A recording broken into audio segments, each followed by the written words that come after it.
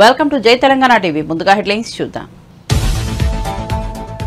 అనకాపల్లి జిల్లా పాయకరావుపేటలో వైసీపీ ఎన్నికల సభ. విపక్షాల విమర్శలకు సమాధానమిచ్చిన సీఎం జగన్ భూములపై సర్వ హక్కులు కల్పించడమే ల్యాండ్ టైటిలింగ్ యాక్ట్ అని వెల్లడి. చంద్రబాబు తప్పుడు ప్రచారం చేస్తున్నారని ఆగ్రహం.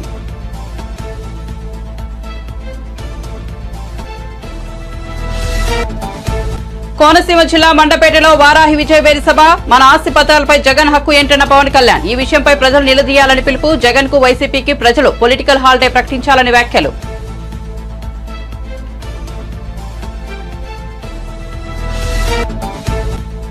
ప్రశ్నించినందుకు నాపై పగబట్టి ఢిల్లీలో కేసులు పెట్టారన్న రేవంత్ రెడ్డి. ఢిల్లీ పోలీసులతో తనను భయపెట్టాలని చూస్తున్నారని ఆగ్రహం. మోదీ వద్ద సీబీఐ ఈడీ ఉంటే తన వెంట 4 కోట్ల మంది తెలంగాణ ప్రజలు ఉన్నారని వ్యాఖ్య. కేసీఆర్ 10 ఏళ్ల పాలనలో 100 ఏళ్ల విధ్వంసం జరిగిందన్న ముఖ్యమంత్రి. మోదీ ప్రభుత్వం బడా కార్పొరేటర్లకు 14.5 లక్షల కోట్ల రుణమాఫీలను మాఫీ చేసిందన్న కేటీఆర్. ఈ మాఫీ చేయలేదని నిరూపిస్తే రాజీనామా చేస్తానని సవాల్. అంతర్జాతీయ మార్కెట్లో చమురు ధరలు తగ్గితే మోదీ మాత్రం పెంచారని విమర్శ. ఇక వివరాల్లోకి వెళ్తే ఏపీ ముఖ్యమంత్రి వైసీపీ అధినేత వైఎస్ జగన్మోహన్ రెడ్డి అనకాపల్లి జిల్లా పాయకరావుపేట ఎన్నికల ప్రచార సభకు హాజరయ్యారు. ఈ సందర్భంగా ఆయన మాట్లాడుతూ ల్యాండ్ టైటిలింగ్ యాక్ట్ పై విపక్షాలు తప్పుడు ప్రచారం చేస్తున్నాయని మండిపడ్డారు. భూములపై సర్వ హక్కులు కల్పించడమే ల్యాండ్ టైటిలింగ్ యాక్ట్ అని ముఖ్య ఉద్దేశమని స్పష్టం చేశారు. సమగ్ర సర్వే ద్వారా భూములపై వారికే హక్కులు కల్పిస్తున్నారని వివరించారు. కానీ చంద్రబాబు ల్యాండ్ టైటిలింగ్ యాక్ట్ పై లేనిపోయిన అవాస్తవాలు ప్రచారం చేస్తున్నారని ఆరోపించారు. జగన్ క్యారెక్టర్ ఏంటో రాష్ట్ర ప్రజలందరికీ తెలుసని, జగన్ భూములు ఇచ్చేవాడే కానీ భూములు లాగేసుకునేవాడు కాదని స్పష్టం చేశారు. ప్రతి నెల 2000 రూపాయలు నిరుద్యోగ భృతి అన్నాడు.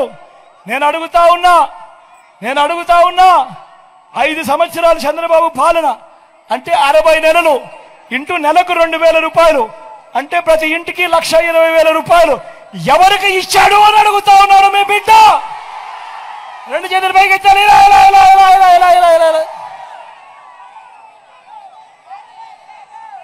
ముఖ్యమైన హామీలు ఇంకా ముందుకు పోమంటారా? అర్హులందరికీ 3 సెంట్ల స్థలం కట్టుకునేందుకు పక్కా ఇల్లు. నేను అడుగుతా ఉన్నా, ఇన్ని వేల మంది ఇక్కడ ఉన్నారు, మీలో ఏ ఒక్కరికైనా కూడా చంద్రబాబు నాయుడు గారు 1 సెంటు స్థలమైనా ఇచ్చాడో అని అడుగుతా ఉన్నాడు మీ బిడ్డ. 2 చేతులు పైకి 10,000 కోట్లతో బీసీ సప్లాన్, చేనేత, పవర్ లూమ్స్ రుణాలు మాఫీ అన్నాడు. అయ్యాయా? ఉమెన్ ప్రొటెక్షన్ ఫోర్స్ ఏర్పాటు చేస్తామన్నాడు. జరిగిందా? సింగపూర్కు మించి అభివృద్ధి చేస్తామన్నాడు. జరిగిందా? ప్రతి నగరంలోనూ హైటెక్ సిటీ నిర్మిస్తామన్నాడు. జరిగిందా? మన పాయకరావుపేటలో కనిపిస్తా ఉందా? నేను మిమ్మల్ని అడుగుతా ఉన్నా, ఇందులో చంద్రబాబు చెప్పినవి 2014లో ఈయన స్వయంగా సంతకం పెట్టి ముఖ్యమైన హామీలంటూ మీ ప్రతి ఇంటికి పంపించిన ఈ పాంఫ్లెట్ లో చెప్పినవి, ఇందులో చెప్పినవి ఒక్కటంటే ఒక్కటైనా జరిగిందా అని అడుగుతా ఉన్నాడు మీ బిడ్డ. ఈసారి మాత్రం గట్టిగా 2 చేతులు పైకి లేయాలి. ఈసారి గట్టిగా ఇలా ఇలా ఇలా ఇలా ఇలా ఇలా ఇలా ఇలా ఇలా ఇలా ఇలా ఇలా ఇలా ఇలా ఇలా ఇలా. నేను అడుగుతా ఉన్నా, నేనేమన్నా అడుగుతా ఉన్నా, మరి ఇలాంటి వాళ్ళను నమ్మవచ్చా అని అడుగుతా ఉన్నాడు మీ బిడ్డ. 2 చేతులు పైకి ఇలా ఇలా ఇలా ఇలా ఇలా ఇలా ఇలా ఇలా. ఈరోజు మళ్ళా ఏమంటా ఉన్నారు? మళ్ళీ ఇదే ముగ్గురు ఏమంటా ఉన్నారు? సూపర్ 6 అంటా ఉన్నారు. నమ్ముతారా అన్నా? సూపర్ 7 అంటా ఉన్నారు. నమ్ముతారా? ఇంటింటికి కేజీ బంగారం ఇస్తారట. నమ్ముతారా? ఇంటింటికి బెంచ్ కారు కొనిస్తారట. నమ్ముతారా?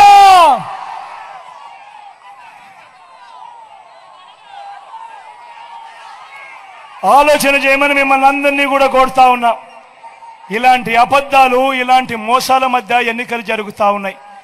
మీ అందరితో కూడా ఒకటే చెప్తా ఉన్నా, వాలంటీర్లు మళ్ళీ ఇంటికే రావాలన్నా, పేదవాడి భవిష్యత్ మారాలన్నా, లంచాలు వివక్ష లేని పాలన జరగాలన్నా, పథకాలన్నీ కొనసాగాలన్నా, మన బడులు, మన పిల్లలు బాగుపడాలన్నా, మన వ్యవసాయము, మన హాస్పిటల్లు మెరుగుపడాలన్నా ఏం చేయాలి? 2 బటన్లు ఫ్యాన్ మీద నొక్కాలి, 2 బటన్లు ఫ్యాన్ మీద. కోనసీమ జిల్లా మండపేటలో నిర్వహించిన వారాహి విజయవేల్ సభకు జనసేనాని పవన్ కళ్యాణ్ హాజరయ్యారు. ఈ సందర్భంగా ఆయన ప్రసంగిస్తూ ల్యాండ్ టైటిలింగ్ యాక్ట్ ను ప్రస్తావించారు. వైసీపీకి ఓటేస్తే ప్రజల ఆస్తులు గాల్లో దీపాలే అవుతాయని వ్యాఖ్యానించారు. మన ఆస్తి పత్రాలపై జగన్ హక్కు ఏంటి? ఈ విషయాన్ని ప్రజలు నిలదీయాలని పిలుపునిచ్చారు. భారత్ పాస్పోర్ట్ పై ప్రధాని మోదీ ఫోటో ఉండదని, ఏపీలో పట్టాదారు పాస్ పుస్తకాలపై జగన్ బొమ్మ ఎందుకని ప్రశ్నించారు. పట్టాదారు పాస్ పుస్తకాలపై ఏపీ ప్రభుత్వ రాజముద్ర ఉండాలని పవన్ కళ్యాణ్ స్పష్టం చేశారు. గాల్లో దీపం పెట్టినట్టే, చాలా చాలా జాగ్రత్త. వైసీపీ మద్దతుదారులు కూడా చెప్తా ఉన్నా, వైసీపీ ఎమ్మెల్యే పాపం వాలంటీర్ని కొట్టాడు, సొంత పార్టీ మనుషులనే కొట్టాడు. రేపొద్దున మీ ఆస్తులను దోచాడు ఎంత పని వాళ్ళకి. రేపొద్దున మేము అండగా ఉండాల్సి వస్తుంది. అలాంటి పరిస్థితులు లేకుండా నేను మంచిగా చెప్తున్నా, మర్యాదగా చెప్తా ఉన్నా, land titling act is not land titling act, it is Jagan's land grabbing act. మీ ఆస్తుల్ని దోచేయడానికి చట్టం తీసుకొస్తున్నాడు. మాట్లాడితే కేంద్రం తీసుకొచ్చింది అంటాడు. కేంద్రం చాలా ముసాయిదాలు ఇస్తుంది. ఈ చట్టాల రూపకల్పనకి మీ అభిప్రాయం అడుగుద్ది, ఇంప్లిమెంట్ చేయమని అడగల కేంద్ర ప్రభుత్వం. అందుకని దయచేసి మీ ఆస్తుల్ని పరిరక్షించుకోవడానికి మేము చేస్తున్న, కూటమి చేస్తుంది ఏంటంటే, రాగానే ల్యాండ్ టైటిలింగ్ యాక్ట్ ని రద్దు చేస్తాం. ఆ మాట ఇచ్చాను, అదే దాన్ని మేము కూటమిలో మనకి మేనిఫెస్టోలో పెట్టాం.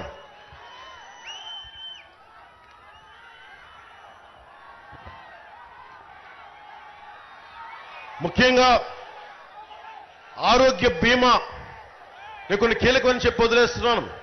ఆరోగ్య బీమా కూటమి ప్రభుత్వం కుటుంబానికి 25 లక్షల రూపాయలని కూటమి ప్రభుత్వం మద్దతు తీసుకెళ్తున్నాం.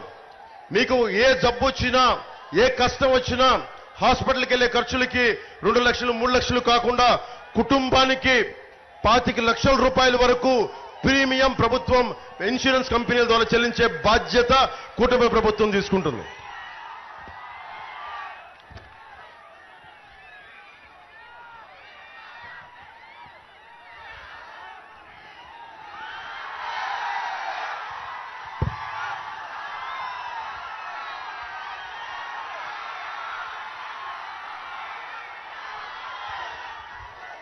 నేను ఎన్ని చెప్పినా, ఎన్ని మాటలు ఇచ్చినా కానీ మీరు ఒకటే నమ్మండి. మీరందరూ నన్ను నమ్ముతారు కదా, మీరు నమ్మే కదా నా దగ్గరికి వచ్చారు. ఈరోజు అడుగుతున్నా, నేను నా కోసం అడగట్లా ఓటు. నాకు మీరు 10 సంవత్సరాలు 2019లో భవన నిర్మాణ కార్మికులు వచ్చి, అన్న మా కడుపు కాలిపోతుంది, చచ్చిపోతున్నామంటే, నేను విశాఖలో వచ్చి భవన నిర్మాణ కార్మికుల సంక్షేమం కోసం నేను నిలబడ్డా. ఒక్కళ్ళు రాలేదు ఆ రోజున, అందరూ భయపడ్డారు. ఒక్క దమ్ము ధైర్యంతో నిలబడింది ఒక్క జన సైనికులు రోడ్ల మీదకి వచ్చారు. ఆ రోజున వీర మహిళలు రోడ్ల మీదకి వచ్చారు. జనసేన ఈ రాష్ట్రానికి వెన్నెముకలో ధైర్యం కూరి కూరి కూరి కూరి నింపింది. అదే కూటమికి బలం అయింది. అందుకని మీకు మాటిస్తున్నా, నేను ఈరోజు ఓటు అడుగుతున్నా, కూటమికి మద్దతు ఇవ్వమని అడుగుతున్నా. బాధ్యత నేను తీసుకుంటా. నేను పిఠాపురం నుంచి పోటీ చేస్తున్నా. నాకు నియోజకవర్గ ప్రజలు ఒకటే చెప్తున్నారు, అన్నదమ్ములు, అన్న నేను 1,00,000 మెజారిటీతో గెలిపిస్తామని. మీకు ఎన్ని సమస్యలున్నా మీరు గుర్తుపెట్టుకోండి, ఒక్క పదవి లేకుండా, ఒక్క ఎమ్మెల్యే లేకుండా నేను దశాబ్దం మీకోసం ఒళ్ళు వంచి గుడ్డులా పనిచేశాను మీకోసం. ఈ రోజున నేను కూటమికి సీఎం రమేష్ గారికి కానీ, సుందరపు విజయ్ కుమార్ గారికి కానీ నేను ఓట్లు అడగట్లా. నేను మీ భవిష్యత్తు కోసం కూటమికి ఓటు వెయ్యమని చెప్పి నేను అభ్యర్థిస్తున్నాను, ఆర్థిస్తున్నాను. మీ భవిష్యత్తు కోసం ఓటు వేయమని ఆర్థిస్తున్నాను. మీ భవిష్యత్తు కోసం. ఏ భవిష్యత్తులో, ఏ 100 రోజుల్లో, వచ్చిన 100 రోజుల్లో ఎవడైతే గంజాయి సాగు చేశాడో వాళ్ళందరినీ రోడ్ల మీద నడిపించి, మోకాళ్ళ మీద నడిపించి తొక్కు నార తీస్తాం ఒక్కొక్కడికి. రిజర్వేషన్లపై తాను ప్రశ్నించినందుకు గాను ప్రధాని నరేంద్ర మోదీ కేంద్ర మంత్రి అమిత్ షా తనపై పగబట్టి ఢిల్లీలో కేసు పెట్టారని తెలంగాణ ముఖ్యమంత్రి రేవంత్ రెడ్డి అన్నారు. ఈడీ, సీబీఐ, ఐటీతోనే కాదు ఢిల్లీ పోలీసులతో తనను భయపెట్టాలని చూస్తున్నారని, కానీ తాను భయపడే వ్యక్తిని కాదన్నారు. కేసీఆర్ తనను చర్లపల్లి జైలుకు పంపిస్తే కొట్లాడామని, మోదీ దగ్గర సీబీఐ, ఈడీ పోలీసులు ఉండవచ్చు, కానీ తన వెంట 4 కోట్ల తెలంగాణ ప్రజలు ఉన్నారన్నారు. బుధవారం ఆయన ఎన్నికల ప్రచారంలో భాగంగా జగిత్యాల జిల్లా కోరుట్లలో నిర్వహించిన జనజాతర సభలో పాల్గొన్నారు. మీకు ఉద్యోగాలలో రిజర్వేషన్లు ఇచ్చి ఇవాళ మీకు రాజకీయాలలో రిజర్వేషన్లు ఇచ్చినందుకే అట్లూరి లక్ష్మణ్, కవంపల్లి సత్యనారాయణ, మేడిపల్లి సత్యం లాంటి వాళ్ళు ఎమ్మెల్యేలు, విప్పులైన దామోదర్ రాజ నరసింహ గారు మంత్రి అయిన బట్టి విక్రమార్క గారు ఫిర్యాదుదారంటే కేంద్ర హోంశాఖను స్వయంగా పోయి రేవంత్ రెడ్డి బీసీలను, ఎస్సీలను, ఎస్టీలను జాగృతం చేస్తుండు. వాళ్ళ రిజర్వేషన్ల రద్దు మీద ఊరూరు తిరిగి ప్రచారం చేస్తుండు. ఆయనను అర్జెంటుగా అరెస్టు చేయాలని ఢిల్లీలో కేసు పెట్టారు. నేను అడుగుతున్న నా మిత్రులు, ఒకవేళ నేను మాట్లాడింది తప్పైతే ఈడ బీజేపీ నాయకులు లేరా? ఈడ మీ ఎంపీ ధర్మపురి అరవిందే బీజేపీ కదా, పక్కన బండి సంజయ్ బీజేపీ కదా, ఆ పక్కన కిషన్ రెడ్డి గారు కేంద్ర మంత్రి కదా. తెలంగాణలో ఎందుకో కేసు పెట్టలేదు, ఎందుకో ఫిర్యాదు చేయలేదంటే ఈడీ, ఇన్కమ్ ట్యాక్స్, సిబిఐ కాదు, ఈ రోజు ఢిల్లీ పోలీసులను కూడా ఉపయోగించి మనల్ని భయపెట్టాలని చూస్తున్నారు. నేను అడుగుతున్న మిత్రులారా, ఇక్కడ చాలా మంది యువకులు 10 ఏళ్ళు చంద్రశేఖరరావు చేసింది ఇదే కదా. మన కార్యకర్తల ఆస్తులు ధ్వంసం చేసిండు, అక్రమ కేసులు పెట్టిండు, హత్యలు చేయించిండు. అయినా కార్యకర్తలు ఎవరు చంద్రశేఖరరావుకు లొంగలేదు, తిరగబడి చంద్రశేఖరరావును బొందబెట్టిరు. మొన్న జరిగిన డిసెంబర్ ఎన్నికల్లో కేసులకు భయపడతామా సోదరులారా? మీ సోదరుడు మీ రేవంత్ అన్న కేసులకు భయపడతాడా? చంద్రశేఖరరావు చెర్లపల్లి జైలుకు తోలితే భయపడ్డామా? చెంచల్గూడ జైల్లో బంధిస్తే భయపడ్డామా? తిరగబడి కొట్లాడినాం, కేసులు పెట్టినోని ఇవాళ పండబెట్టినాం, గోతి తీసి పాతి పెట్టినాం. నేను అదే మాట చెప్పదలుచుకున్న బీజేపీ నాయకులకు, మీరు ఢిల్లీలో పోలీసులు ఉండొచ్చు, ఈడీ ఉండొచ్చు, ఇన్కమ్ ట్యాక్స్ ఉండొచ్చు, సిబిఐ ఉండొచ్చు, మీ దగ్గర నా దగ్గర 4 కోట్ల తెలంగాణ ప్రజలను, 50 లక్షల తెలంగాణ యువకులు ఉన్నారు. ఈ 50 లక్షల తెలంగాణ యువకులతోనే తెలంగాణకు వచ్చిన దరిద్రం, చీడను, పీడను చంద్రశేఖరరావును వదిలించినాం. మా వాళ్ళ దెబ్బకు చంద్రశేఖరరావు నడుము ఇరిగి బోర్ల బొక్కలు వాడి, బొక్కలు ఇరిగి బోర్ల పడ్డాడు. మరి ఇవాళ గుజరాత్ నుంచి వాళ్ళిద్దరు కూడా బయలుదేరి నిన్నటికి నిన్న మోడీ గారు వచ్చారు. ఆయన ఈ దేశ ప్రధానమంత్రి, ఆయనను గౌరవించాల్సిన బాధ్యత మన మీద ఉన్నది. ఒక ప్రధానమంత్రిగా, వయసులో పెద్దవాడిగా, 13 సంవత్సరాలు ముఖ్యమంత్రిగా, 10 సంవత్సరాలు ప్రధానమంత్రిగా చేసిన నరేంద్ర మోడీ గారిని, వయసులో చిన్నవాడిని, మొదటిసారి ముఖ్యమంత్రి అయిన వాడిని తప్పకుండా వారిని గౌరవిస్తా, వారు ఎదురు పడితే నమస్కారం కూడా పెడతా. కానీ నరేంద్ర మోడీ గారు ఈ దేశ ప్రధానమంత్రిగా కాకుండా గుజరాత్ వాడిగా తెలంగాణకు వచ్చి తెలంగాణలో మనల్ని తిట్టిండు, మనల్ని శాపించిండు, మనల్ని దెబ్బతీయాలని కుట్ర చేస్తున్నాడు. ఎవరైనా ఎన్నికలప్పుడు వస్తే ఈ ప్రాంతానికి ఏమి ఇస్తారో, ఈ ప్రాంతానికి ఏం తెస్తారో చెప్పాలి. ఇవాళ నిన్న అది చెప్పలేదు. గతంలో కాంగ్రెస్ పార్టీ బయ్యారం ఉక్కు కర్మాగారం ఇచ్చింది, దాన్ని రద్దు చేసిండు. రైల్వే కోచ్ ఫ్యాక్టరీ ఇచ్చిండు కాజీపేటలో, రద్దు చేసిండు. ITIR కారిడార్ ఇచ్చిండు, రద్దు చేసిండు. IIM IITలు ఇచ్చిండు, రద్దు చేసిండు. పాలమూరు రంగారెడ్డి ఎత్తిపోతల పథకానికి జాతీయ హోదా ఇస్తే రద్దు చేసిండు. అంతెందుకు, మీ గుండె బాండ్ పేపర్ రాసిచ్చాడు, 5 రోజులలో పసుపు బోర్డు ఇస్తా అని. 5 ఏళ్ళైనా ఇయ్యలే. నరేంద్ర మోడీ గారు ఏమైనా అది చెప్తారేమని నేను అనుకున్నా. నిజామాబాద్కు పసుపు బోర్డు ఇస్తా అన్నాం, ఇస్తున్నాం తీసుకోండి ఆ రైతులకు అని. చక్కెర కర్మాగారాన్ని ఇయ్యాలొచ్చి మాటలు చెప్తున్నాడు ఆయన. పసుపు గిట్టుబాటు ధర లేదు, ఎర్రజొన్నలు గిట్టుబాటు ధర లేదు, మొక్కజొన్న గిట్టుబాటు ధర లేదు. మీ చెరుకు కర్మాగారం తెరిచే పరిస్థితులు లేవు. ఇవేవి చెప్పలే. కాంగ్రెస్ పార్టీని ఈ దేశంలోనే లేకుండా చెయ్యాలి అని వారు అంటున్నారు. కాంగ్రెస్ ముక్త భారత్ అంటున్నాడు. నేను అడుగుతున్నా, కాంగ్రెస్ ముక్త భారత్ అంటే మేము ఇచ్చిన రిజర్వేషన్లు రద్దు చేయడమే కదా. కాంగ్రెస్ ముక్త భారత్ అంటే మేము ఇచ్చిన తెలంగాణను అవమానించడమే కదా. దీనికోసం నరేంద్ర మోడీ గారు 7 విమానాలు వేసుకొచ్చి మెదక్ జిల్లాలో మీటింగ్ పెట్టి మనల్ని తిట్టిపోతాడా? ఇదే కాదు, నేను ముఖ్యమంత్రి అయిన తర్వాత వారిని కలిసిన.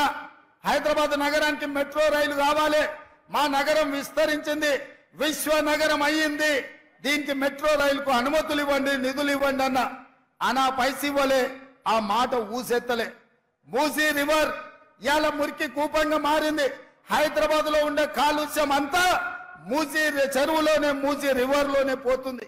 దాన్ని ప్రక్షాళన చేసి మూసీ రివర్ ఫ్రంట్ చేయాలి, Musi river develop. Telangana BJP అధ్యక్షుడు కిషన్ రెడ్డి కరీంనగర్ బీజేపీ అభ్యర్థి బండి సంజయ్ కి బీఆర్ఎస్ వర్కింగ్ ప్రెసిడెంట్ కేటీఆర్ సవాల్ విసిరారు. మోదీ ప్రభుత్వం బడా కార్పొరేటర్లకు 14.5 లక్షల కోట్ల రుణాలను మాఫీ చేయలేదని నిరూపిస్తే తాను రేపే ఎమ్మెల్యే పదవికి రాజీనామా చేస్తారని సవాల్ విసిరారు. మేడే సందర్భంగా తెలంగాణ భవన్లో ఏర్పాటు చేసిన కార్యక్రమంలో ఆయన పాల్గొన్నారు. అనంతరం కేటీఆర్ మాట్లాడుతూ కరోనా కాలంలో ప్రజలు ఇబ్బందులు పడుతుంటే ప్రధాని మోదీ పట్టించుకోలేదని ఆరోపించారు. కార్మికులను, కర్షకులను మోదీ చావగొట్టారన్నారు. పబ్లిక్ సెక్టర్లు కానీ అమ్మద్దన్నా అమ్మనీయద్దన్నా బీఆర్ఎస్ ఉండాలి. హైదరాబాద్ను కేంద్రపాలిత ప్రాంతం చేస్తారని ఒక మాట వినబడతాం. జూన్ 2 దాకా ఉమ్మడి రాజధాని హైదరాబాద్. ఆ తర్వాత ఎందుకంటే ఇక మోడీకి పట్టు దొరకలేదు ఇక్కడ. కాబట్టి ఏంటంటే అవసరమైతే కేంద్ర ప్రభుత్వం దీన్ని కేంద్రపాలిత ప్రాంతం చేసి మళ్ళీ లెఫ్టినెంట్ గవర్నర్ని పెట్టి మొత్తం అంతా కంట్రోల్ అంతా వాళ్ళ చేతిలో పెట్టుకోవాలి, జుట్టు వాళ్ళ చేతిలో పెట్టుకోవాలన్నది వాళ్ళ ఆలోచన. అట్లా కావద్దు. హైదరాబాద్ మనది మనకే ఉండాలి. మన 440 సంవత్సరాల చరిత్ర కలిగిన హైదరాబాద్, తెలంగాణ ప్రజల చెమట రక్తంతో నిర్మించిన హైదరాబాద్ మనది మనకే ఉండాలంటే తప్పకుండా మనం ఆ కుట్రను కూడా అడ్డుకోవాలంటే బీఆర్ఎస్ ఉండాలి.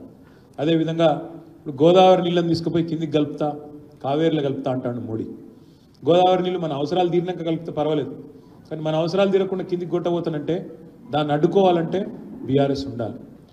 కొంతమంది బీజేపీ ఎంపీలు చెప్తున్నారు, ఖుల్లా చెప్తున్నారు, రాజ్యాంగాన్ని తీసేస్తాం, రిజర్వేషన్లు ఎత్తేస్తాం అంటున్నారు. ఎస్సీ ఎస్టీ రిజర్వేషన్లు కానీ, ముస్లిం మైనార్టీలకు ఇచ్చిన రిజర్వేషన్లు కానీ తీసేస్తామని మాట్లాడుతున్నారు. మరి అట్లాంటి దుర్మార్గాన్ని, అరాచకాన్ని అడ్డుకోవాలంటే గులాబీ జెండా పార్లమెంట్లో ఉండాలి, ఎగరాలి, వీళ్ళతో కాదు. అందుకే నేను మిమ్మల్ని మనస్ఫూర్తిగా కోరేది, ఇంకా చెప్పాలంటే చాలా ఉంది, కానీ ఈసారి బీజేపీ గెలిస్తే మాత్రం సింగరేణి ఉండదు.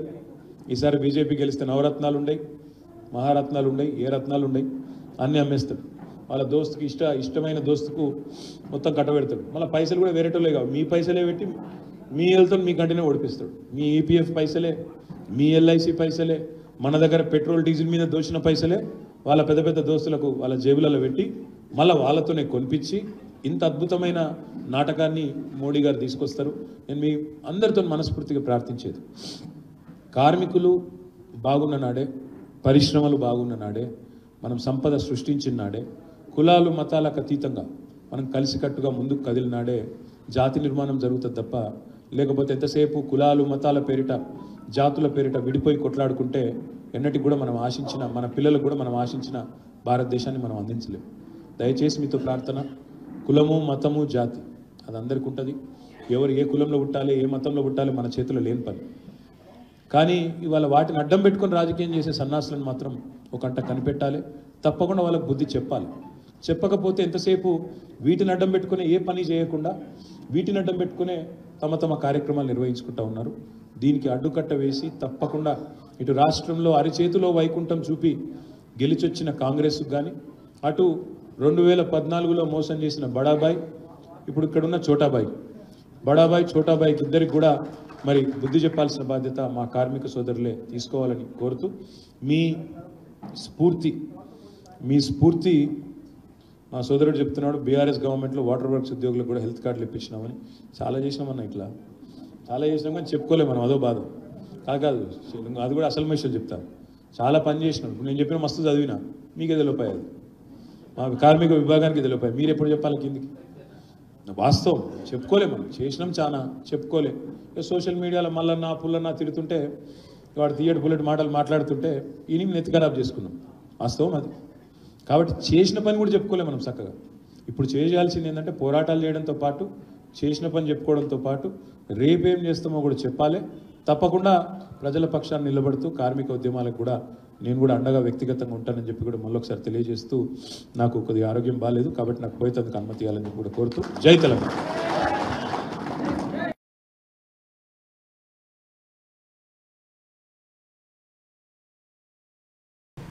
ప్రజల భూములు కాజేసుకునేందుకు వైఎస్ఆర్సీపీ ప్రభుత్వం ల్యాండ్ టైటిలింగ్ యాక్ట్ తో కొత్త మోసానికి తెరలేపిందని బీజేపీ నాయకురాలు ఆమిని శర్మ విమర్శించారు.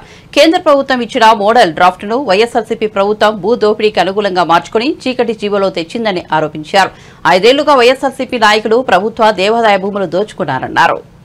వైసీపీ ప్రతిసారి కూడా ఆ అక్షరమాల కొత్తగా పెద్దగా మారిపోతూనే ఉంది. ఆల్ఫాబెట్ సరిపోవట్లేదు, ఎలా ఏ విధంగా తగ్గిద్దామన్నా కూడా సరిపోవట్లేదు. అంటే వాళ్ళు చేస్తున్నటువంటి అరాచకాలు కానీ అవినీతి కానీ వారి విధ్వంసకర పాలన గురించి చెప్పడానికి అక్షరాలు కూడా సరిపోవట్లేదు. ఏ అంటే అక్రమ ఆస్తులు, బి అంటే భూ కబ్జా బకాసురులు, సి అంటే కరప్షన్, డి అంటే దోచుకోవడం దాచుకోవడం. ఇట్లాగా మళ్ళీ కొత్తగా యాడ్ అవుతూ ఉంది, పెరిగిపోతూనే ఉంది అక్షరమాల. ప్రజలు ఎంత చీత్కరిస్తున్నా ఏమాత్రము కొంచెం కూడా మార్పు అనేది లేకుండా మళ్ళీ ప్రజలని మాయ చేయాలని, మభ్యపెట్టాలని, మోసం చేయాలని పదే వైసీపీ పార్టీ జగన్మోహన్ రెడ్డి గారు చేస్తున్న ప్రయత్నం చూస్తుంటే ఈ రాష్ట్ర ప్రజలపైన ఎందుకు ఈయనంత కక్ష కట్టారనేది నిజంగా అర్థం కావట్లేదు. ల్యాండ్ టైటిలింగ్ గురించి వచ్చేటప్పటికీ ప్రజలందరూ కూడా వ్యతిరేకిస్తూ మా భూములపైన మా పత్రాలపైన నీ పెత్తనం ఏంది బాబు అని చెప్పని, నీ ఫోటో ఏంది, నీ స్టిక్కర్ ఏంది, స్టిక్కర్ల గోల్ ఏంటి, మీ ప్రచార పిచ్చేంటి అని చెప్పని ప్రజలు నిలదీస్తూ ఉన్నారు. దాని నుంచి తప్పించుకోవడం కోసం ప్రజలకి గుట్టు రట్టు అయిపోయింది. వారు ఇప్పటి వరకు లోపల జీవోలు ఇచ్చుకొని పైకి ఏమీ లేదు, అంతా బాగానే ఉంది, మేము ప్రజల కోసమే చేస్తున్నాము, రైతుల కోసం మంచి చేయబోతున్నాము నాటకాలు ఆడుతూ మోసపు మాటలు చెప్తూ లోపల చాప కింద నీరులాగా ఈ రాష్ట్ర ప్రజల యొక్క భూముల్ని నాక్కునే విధంగా ఒక పెద్ద కుట్రకి పన్నాగం పన్నుతున్నారు అనేది బహిర్గతం కాగానే ఇప్పుడు మళ్ళీ భుజాలు తడిమేసుకుంటూ కేంద్రం పైన నెట్టేస్తున్నారు. కేంద్రం చెప్పింది కాబట్టి మేము కూడా మొట్టమొదటి రాష్ట్రము ఇంప్లిమెంట్ చేస్తున్నామని. నీతి ఆయోగ్ చెప్పింది ఒకటైతే దాన్నే ఇంప్లిమెంట్ చేస్తున్నాము అని చెప్పని ప్రజల్ని మోసం చేస్తున్నారు. ఇక్కడ ఇప్పటి వరకు కొన్ని లక్షల ఎకరాల ప్రభుత్వ భూముల్ని దాదాపు కబ్జా చేసేశారు. దేవాదాయ భూములు చూడండి, 4 లక్షల ఎకరాల దేవాలయ భూములు 40,000 ఎకరాల పైగా కనిపించట్లేదని చెప్పని ఆ శాఖ మంత్రి చెప్తున్నాడు. విశాఖ చూడండి, అమరావతి చూడండి, రాష్ట్రంలో ఏ మూల చూసినా ప్రభుత్వ భూముల్ని అక్రమంగా ఈ 5 ఏళ్లలో అడ్డగోలుగా కబ్జా చేసి పడేశారు వైసీపీ నాయకులు. ప్రైవేటు వాళ్ళవి చూసాము, విశాఖలో చూసాము, చాలా చోట్ల చూసాము. బెదిరించి వారిని భయపెట్టి భయభ్రాంతులకి గురి చేసి రకరకాలుగా హింస పెట్టి ప్రైవేటు వాళ్ళ భూముల్ని కూడా తీసుకోవడం చూసాం. ఈ చట్టం పేరుతో మీరు చేయబట్టినటువంటి కుట్రని ఇక్కడ ఉన్నటువంటి కూటమి ఎదుర్కొని ప్రజలకి వాస్తవాలని చెప్పడం జరుగుతుంది. భారతీయ జనతా పార్టీ 400 సీట్లు గెలిచి ఎస్సీ, ఎస్టీ, బీసీల రిజర్వేషన్లు తొలగించాలని కుట్ర పడుతోందని మంత్రి పొన్నం ప్రభాకర్ ఆరోపించారు. ఆదాని అంబానీలకు దేశాన్ని అప్పగించాలని బీజేపీ యోచిస్తోందని విమర్శించారు. సిరిసిల్లలో మీడియాతో మంత్రి మాట్లాడారు. కేంద్రంలో కాంగ్రెస్ అధికారంలోకి వస్తేనే రాష్ట్రానికి అవసరమైన నిధులు అందుతాయని చెప్పారు. దేశంలో ఉన్న మేధావులు, దేశంలో ఉన్నటువంటి అనేక మంది ప్రజాస్వామికవాదులు ఎందుకు ప్రధానమంత్రి గారికి 30 సంవత్సరాల తర్వాత ఇంత కంఫర్టబుల్ మెజారిటీ ఇచ్చిన తర్వాత కూడా ఆయన దేశంలో ఉన్నటువంటి ఆస్తి సంపద అంతా ఆదాని అంబానీకి అప్పచెప్పుకుంటూ కూడా అన్ని ప్రతిపక్షాలు ఇండియా కూటమి చెప్తే కూడా ఆయన నియంతృత్వంగా పోతా ఉన్నాడు. ఎందుకు ఇంత మొండిగా అబ్కి బార్ 400 అంటుండని అనేకమైనటువంటి విశ్లేషణలు, చర్చలు జరిగితే అందులో నుంచి వచ్చినటువంటి అంశం ఏంటంటే ప్రధానమంత్రి గారు 400 సీట్లు గెలిచినట్టయితే రాజ్యాంగాన్ని మార్చి ఏ డాక్టర్ బాబాసాహెబ్ అంబేద్కర్ గారు రచించారో ఆ రాజ్యాంగ మార్పు ద్వారా ఇప్పుడు అనుభవిస్తున్నటువంటి ఎస్సీ, ఎస్టీ, బీసీల రిజర్వేషన్లు తొలగించవచ్చు. పార్లమెంటులో ఉన్నటువంటి 3వ వంతు ఓటింగ్ ద్వారా 543లో 400 మెజారిటీ ఉంటే ఆయన పార్లమెంటులో ఉన్నటువంటి రాజ్యాంగాన్ని మార్పు చేసుకొని భవిష్యత్తు కాలంలో నియంతలాగా ఉండాలి. దేశంలో ఉన్న సంపదను ఆదాని, అంబానీ, గుజరాత్ కుటుంబాలకు అప్పచెప్పాలి. ఎక్కడ కూడా దేశంలో ఉన్నటువంటి దళితులు, గిరిజనులు, బలహీన వర్గాలు తినడానికి అవకాశం లేదు అనేటువంటి ఆలోచనతోటి మాత్రమే అబ్కి బార్ 400 అన్నాడు అనేటువంటి ఒక మాట రావడము క్షేత్రస్థాయిలో. ఏ ఒక్క దళితుడు ఉత్తర భారతంలో ఓటేస్తలేడు. ఏ ఒక్క బలహీన వర్గాల వాళ్ళు కూడా 4 లక్షలతో గెలిచిన బీజేపీ సీట్లో 50,000 లక్షతో ఓడిపోతున్నాయని సెంట్రల్ ఇంటెలిజెన్స్ మొత్తం యావత్ అన్ని సంస్థలు చెప్తుంటే ప్రధానమంత్రి ఆందోళనకు పడి అసహనానికి గురై ఈ దేశంలో కాంగ్రెస్ వస్తే ఆస్తులు ముస్లింలకు వస్తారు ఒకరోజు అన్నాడు, రెండో రోజు మంగళసూత్రాలు గుంజుకుంటుంది అంటున్నాడు, మూడో రోజు ఆస్తులు గుంజుకొని బంగాళాలని మీ అన్ని గుంజుకుంటాయి అంటుండు, నాలుగో రోజు అర్బన్ ఒక ప్రధానమంత్రి స్థాయి అర్బన్ టెర్రరిజం అర్బన్ నక్సలిజం వస్తూ అంటున్నాడు, హనుమాన్ చాలీసా చదవని అంటుండు. ఇవాళ కొత్తగా రాష్ట్రంలోకి వచ్చింది నారాయణ ఖేడ్ అక్కడ అంటాడు ఆర్ఆర్ ట్యాక్స్ వసూలు చేస్తున్నట్టు ప్రధానమంత్రి స్థాయికి ఇక్కడి దాకా దిగజారిపోయిన ఆఖరికి మామూలు 3 సార్లు ఓడిపోయిన కార్పొరేటరో వార్డు మెంబరో కూడా అటువంటి మాటలు మాట్లాడాడు. అక్కడికి దిగజారిపోయింది ఇవాళ ప్రధానమంత్రి. మేము అడుగుతా ఉన్నాం, ఈ దేశంలోని మొత్తం యావత్ సంపద 11 లక్షల కోట్ల రూపాయల సంపద ఎల్ఐసితో సహా బిఎస్ఎన్ఎల్తో సహా ఎయిర్పోర్టులతో సహా పోర్టులతో సహా ఆదాని అంబానీ A+A ఇద్దరికి అప్పచెప్పిన మాట వాస్తవం కాదా అని అడుగుతా ఉన్నాం. ఇవాళ ఇది విధంగానే మీరు అడగలే ఇదనిలే మాట్లాడుతూ ఉన్నారు. నేను అడుగుతాను, ఇలా భారతీయ జనతా పార్టీ ఒక్క సీటు గెలిచినా భవిష్యత్తు కాలంలో ఎస్సీ ఎస్టీ బీసీ రిజర్వేషన్లు ఉంటాయని చెప్పే ధైర్యం ఇప్పుడు పోటీ చేస్తున్న బీజేపీ అభ్యర్థులకు ఉందా? నేను అటుగా చెప్తానే, ఆనాడు మండల్ కమిషన్ తెస్తే అద్వానీ గారు కమండల్ యాత్ర పెట్టి దేశం మొత్తం అల్లకల్లోలం చేసి మండల కమిషన్ అమలు కాకుండా చేసినాడా లేదా? అదేవిధంగా ఆర్ఎస్ఎస్ చీఫ్ మోహన్ భగవత్ గారు ఈ దేశంలో రిజర్వేషన్ రహిత భారతదేశానికి తీసుకొస్తామని చెప్పిండా లేదా? మొన్నటికి మొన్న రాహుల్ గాంధీ గారి దేశంలో ఎవరు ఎంతున్నారో వారికంతా జితనా ఆబాదీ ఉతనా ఇచ్చాదారి అంటే ఆ కులగణనకు ముఖ్యమంత్రి హోదా స్థాయిని దిగజార్చేలా రేవంత్ రెడ్డి మాట్లాడుతున్నారని బీజేపీ రాజ్యసభ సభ్యుడు లక్ష్మణ్ విమర్శించారు. ఆయన మాటల్లో పసలేదని ప్రజలు గుర్తించారన్నారు. నాంపల్లిలోని బీజేపీ కార్యాలయంలో నిర్వహించిన మీడియా సమావేశంలో ఆయన మాట్లాడారు. రిజర్వేషన్లపై కాంగ్రెస్ బీఆర్ఎస్ నేతలు చేస్తున్న ప్రచారాన్ని ప్రజలు నమ్మరన్నారు. ఆఖరికి ఫేక్ వీడియోలు సృష్టించే స్థాయికి రేవంత్ రెడ్డి దిగజారాడని విమర్శించారు. 10 ఏళ్లుగా కాంగ్రెస్ పార్టీ కేంద్రంలో అధికారంలో దూరంగా ఉండడము, ఈసారి ఇలాగైనా అధికారంలో రావనటువంటి పగటి కలలు కంటూ ప్రజల నుంచి మాత్రం ఏమాత్రం కూడా కాంగ్రెస్ పట్ల విశ్వసనీయత లేకపోవడము, వారు చేసే ప్రచారాలకు ప్రజలే చీత్కారాలే ఎదురు కావడం, 10 ఏళ్ల మోదీ పాలన పైన విమర్శలు చేయడానికి, అవినీతి పట్ల గాని అభివృద్ధి పట్ల గాని పేద సంక్షేమ పట్ల గాని ఏ రంగంలో కూడా వారికి తప్పు పట్టేటువంటి అవకాశమే దొరకటం లేదు. దీంతో కంగారెత్తినటువంటి కాంగ్రెస్ పార్టీ అబద్దాలని అస్త్రాలుగా చేసుకుని భారతీయ జనతా పార్టీ పట్ల బుడ్డ జల్లే కార్యక్రమం, బట్టకాల్చి మీద వేయడం అనేది పదే బీజేపీ ఎస్సీ ఎస్టీ బీసీల రిజర్వేషన్లు రద్దు చేస్తుందని, అందుకనే 400 సీట్లు ఇవాళ సాధిస్తామని బీజేపీ ప్రచారం చేస్తుందని చెప్పి వారు మాట్లాడడం, చివరికి ఆర్ఎస్ఎస్ ను కూడా ఈ ప్రచారంలోకి లాగడము, ఆర్ఎస్ఎస్ కూడా రాజకీయ రంగు పులిమేటువంటి మరి కుట్రలు కుతంత్రాలు కూడా పన్నడం, ఇంత పెద్ద ఎత్తున ప్రచారం చేసినా ప్రజలు ఇవాళ నమ్మడానికి సిద్ధంగా లేరు. చివరికి ఆర్ఎస్ఎస్ చీఫ్ స్వయంగా మోహన్ భగవత్ గారు కూడా రిజర్వేషన్లకు మేము వ్యతిరేకం కాదు, ఈ సమాజంలో వివక్షత కొనసాగేటువంటి పరిస్థితి ఉన్నంత కాలం కూడా రిజర్వేషన్లు కొనసాగాలని చెప్పి కరాఖండిగా గంటా పదంగా ముక్కు సూటిగా మరి వాళ్ళ ఆర్ఎస్ఎస్ చీఫ్ చెప్పడంతో నేను రేవంత్ రెడ్డి గారిని అడుగుతున్నాను, ముఖ్యమంత్రి రేవంత్ రెడ్డి గారు మీరు తల ఎక్కడ పెట్టుకుంటారో ఒకసారి ఆలోచన చేయండి. ముఖ్యమంత్రి అయ్యుండి కూడా రేవంత్ రెడ్డి గారు ఏ రకంగా ఆ ముఖ్యమంత్రి స్థాయిని దిగజార్చే విధంగా కనీసం నైతిక విలువలు కూడా పాటించకుండా ఏ రకంగా ఇవాళ అబద్దాలనే ప్రచార అస్త్రాలుగా చేసుకొని చివరికి చెబితే నమ్మటం లేదు ప్రజలు, ఎంత ఊక దంపుడు ఉపన్యాసాలు మాటల తూటాలు పీల్చినా ఇవాళ అందులో పసలేదు అని గ్రహించిన ప్రజలు చూసి ఈరోజు ఫేక్ వీడియోలు సృష్టించే స్థాయికి ఇవాళ మరి దిగజారనంటే రేవంత్ రెడ్డి గారు మరి క్షమాపణ చెప్పాలి.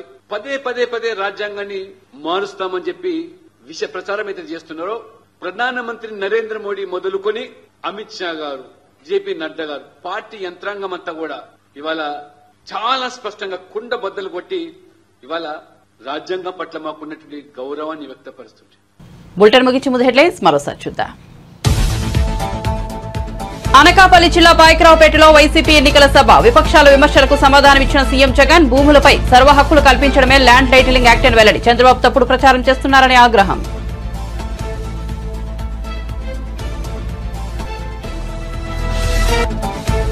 కోనసీమ జిల్లా మండపేటలో వారాహి విజయవేరి సభ. మన ఆస్తి పత్రాలపై జగన్ హక్కు ఏంటన్న పవన్ కళ్యాణ్. ఈ విషయంపై ప్రజలు నిలదీయాలని పిలుపు. జగన్ కు వైసీపీకి ప్రజలు పొలిటికల్ హాలిడే ప్రకటించాలని వ్యాఖ్యలు.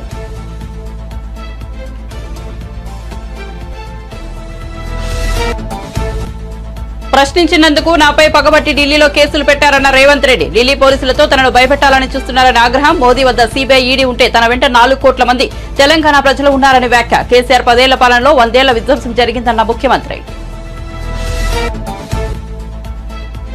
మోదీ ప్రభుత్వం బడా కార్పొరేటర్లకు 14.5 లక్షల కోట్ల రుణమాఫీలను మాఫీ చేసిందన్న కేటీఆర్. ఈ మాఫీ చేయలేదని నిరూపిస్తే రాజీనామా చేస్తానని సవాల్. అంతర్జాతీయ మార్కెట్లో చమురు ధరలు తగ్గితే మోదీ మాత్రం పెంచారని విమర్శ. మరిన్ని అప్డేట్స్ కోసం చూస్తూనే ఉండండి జై తెలంగాణ టీవీ.